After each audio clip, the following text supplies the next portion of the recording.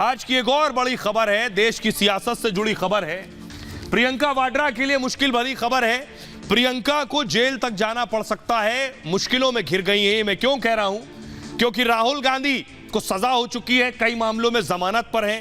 प्रियंका वाड्रा के खिलाफ 41 एफआईआर हो गई है, 41 एफआईआर।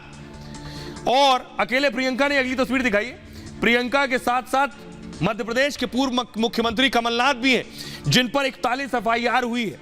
आरोप यह है फर्जीवाड़े का, झूठ बोलने का आरोप है, जिसमें ये 41 मुकदमे दर्ज हुए। देखिए जरा रिपोर्ट।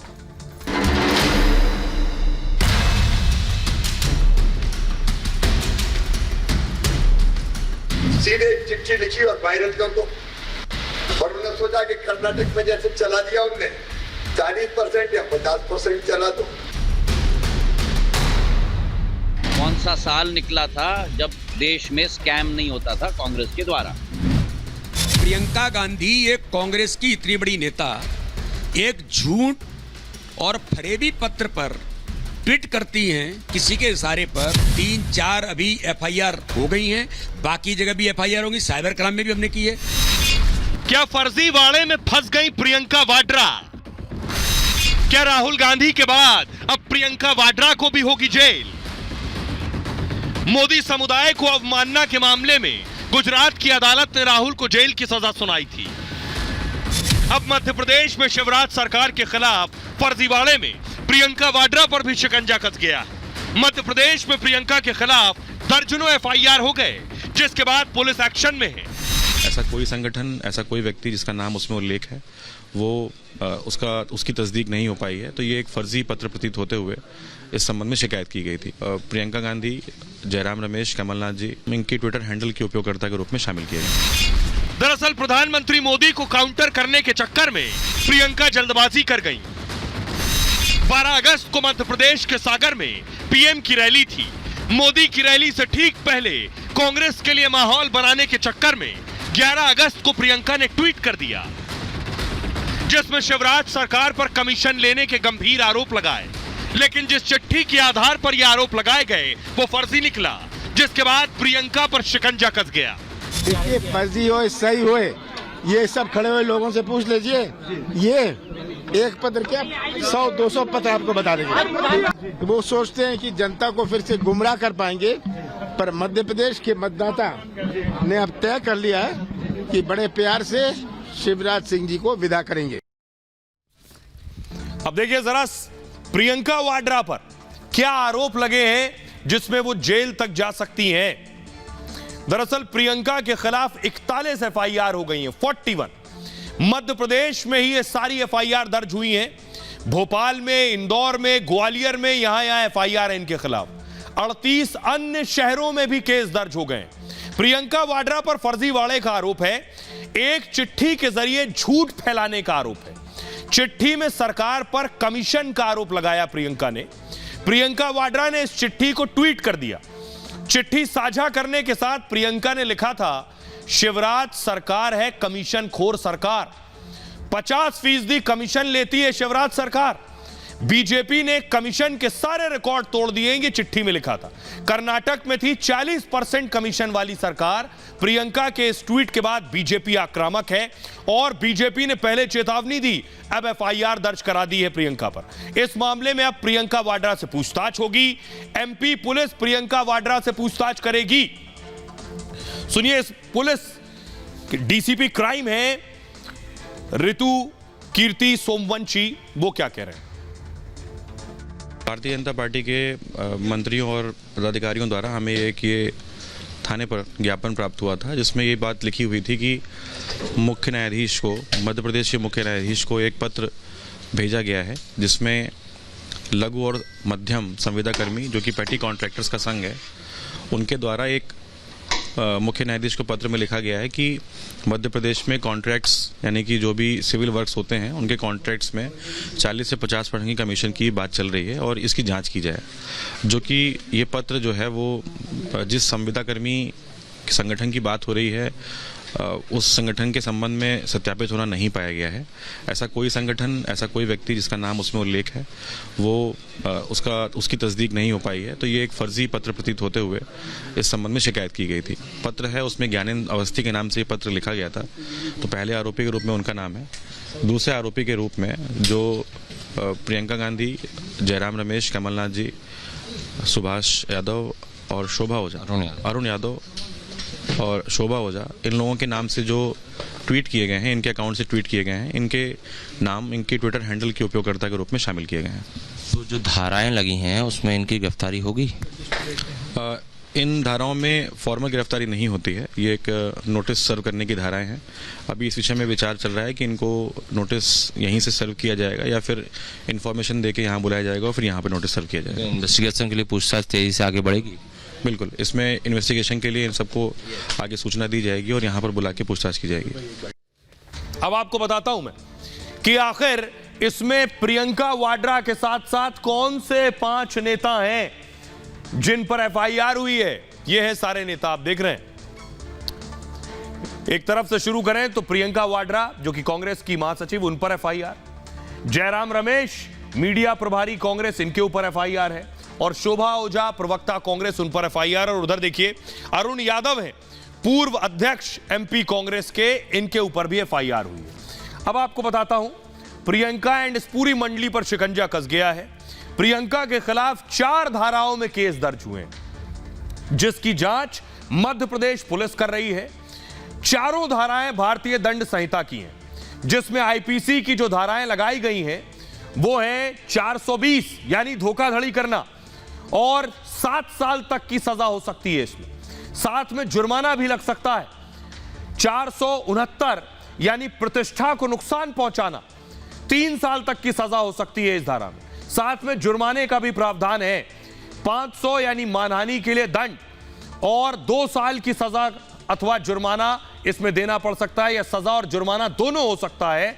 इन धाराओं में एफआईआर दर्ज हुई है। 501 मानहानि कारक बात शेयर करने पर दंड, और इसमें 2 साल की सजा और जुर्माना हो सकता है, या फिर सजा और जुर्माना दोनों हो सकता है।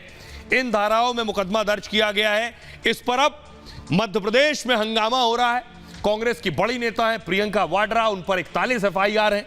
कमलनाथ क्या कह रहे हैं, पूर्व मुख्यमंत्री और मुख्यमंत्री शिवराज सिंह चौहान, दोनों को सुनिए। हजारों मामले हैं, किन किन पर केस करेगी बीजेपी? अब जब खुलासा हो रहा है पूरे प्रदेश में भ्रष्टाचार का, तो इनके पास उपाय क्या बचा है? कर्नाटका की बात करती हूँ, वहाँ पर जो सरकार थी, बम्बई सरकार, उन पर 40% का एलिगेशन किया था कांग्रेस ने, और हर जगह पोस्टर छपवाए थे। मध्य प्रदेश में भी उन्होंने कोशिश की थी कि 50% वाली सरकार करके पोस्टर छपवाए खुद कमलनाथ जी करप्शन नाथ है, पूरी दुनिया कहती है, मैं क्या कहता हूँ। छापा पड़ा तो 280 करोड़ कहाँ से निकले थे? उनके अगल बगल के लोगों से निकले थे, जो गले गले तक कमीशन और भ्रष्टाचार में डूबे हों, उन भगवान भरोसा करें। कांग्रेस ने आज प्रदर्शन किया शिवराज सिंह चौहान के खिलाफ, जब एफआईआर दर्ज हो गई प्रियंका वाड्रा के। ये देख रहे हैं, फुल स्क्रीन लीजिए तस्वीर। कांग्रेस का प्रोटेस्ट शुरू हुआ एफआईआर दर्ज होने के बाद।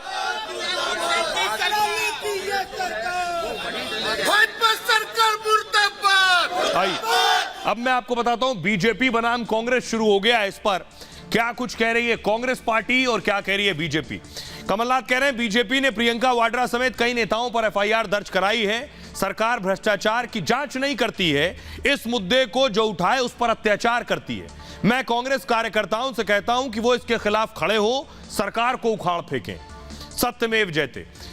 वीडी शर्मा कह रहे हैं बीजेपी अध्यक्ष एमपी के, फर्जी चिट्ठी वायरल करके बदनाम करने की कोशिश हुई है, लेकिन कांग्रेस की अपनी कोशिश में कांग्रेस कामयाब नहीं हुई है। झूठ की हांडी एक बार चढ़ती है, बार बार नहीं। करप्शन नाथ के इशारे पर यह साजिश रची गई है। भूपेश बघेल कह रहे हैं एफआईआर से सच्चाई नहीं छिपती। नरेंद्र सिंह तोमर कह रहे हैं केंद्रीय मंत्री, कांग्रेस गंदी राजनीति पर उतर आई है। मध्य प्रदेश में कांग्रेस के पैर उखड़ गए हैं, इसलिए फर्जी चिट्ठी बनाकर बदनाम कर रही है कांग्रेस। कांग्रेस की कोशिश कामयाब नहीं होगी। सुनिए पीसी शर्मा क्या कुछ कह रहे हैं, कांग्रेस नेता और मंत्री विश्वास सारंग। सच बोलोगे तो आप पे एफआईआर होगी। ये लोग 24 घंटे झूठ बोलते हैं, पर इन पे कोई एफआईआर नहीं होती। कांग्रेस का कोई भी नेता किसी एफआईआर और डरने वाला नहीं है। और ये 50% घूस ली जाती है कामों में। नामांतरण में 40% घूस ली जाती है। कर्नाटक में बात आई थी तो सरकार चली गई। अब यहाँ तो 50% है। इनका जाना तय है 23 और 24 में। ये तो चांदी की चम्मच पैदा के मुंह में रखकर पैदा हुए लोग हैं। ये कानून की धज्जियां उड़ाते आए हैं ये नेहरू परिवार, ये कांग्रेस वाले। पर जनता के दरबार में भी हारेंगे और कानून में भी हारेंगे। और अब ये ट्वीट करके सफाई ना दें, अब कोर्ट में जाएंगे। अरुण यादव, कमलनाथ और प्रियंका जी कोर्ट में जाकर जवाब दें झूठ और फरेब का। अब आपको बताता हूं प्रियंका जिस मामले में फंसी हो मामला है क्या। दरअसल ये जो ट्वीट आप देख रहे हैं ये प्रियंका ने ट्वीट किया और यही है ट्वीट जिसने प्रियंका वाड्रा पर 41 एफआईआर दर्ज करवा दी हैं। इसमें आखिर क्या लिखा था ऐसा जिसमें फर्जीवाड़े का और झूठ का आरोप लग रहा है प्रियंका पर। दरअसल ट्वीट में फर्जीवाड़ा है। 11 अगस्त को प्रियंका ने एक ट्वीट किया और प्रियंका ने इस ट्वीट में एक चिट्ठी भी अटैच की थी। चिट्ठी ज्ञानेंद्र अवस्थी नाम के शख्स की थी लिखी हुई, जिसने खुद को ठेकेदार संघ का अध्यक्ष बताया था। यह चिट्ठी चीफ जस्टिस हाईकोर्ट को भेजी गई थी, जिसमें सरकार पर कमीशन के आरोप लगाए गए थे कि सरकार कमीशन लेती है। ज्ञानेंद्र की इस चिट्ठी में 50% कमीशन का जिक्र था। प्रियंका ने इस चिट्ठी के आधार पर ट्वीट कर दिया कि पूरे मध्य प्रदेश में 50% कमीशन लिया जा रहा है। बिना जाने समझे उस शख्स की विश्वसनीयता जांच की है। शिवराज सरकार को कमीशन खोर तक कह दिया। प्रियंका के ट्वीट पर बीजेपी ने हल्ला बोल दिया।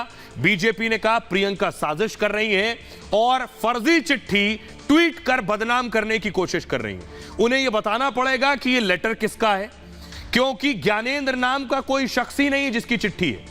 ऐसे किसी शख्स का कोई सुराग नहीं मिला। चिट्ठी पर लिखा ठेकेदार संघ का पता भी गलत है।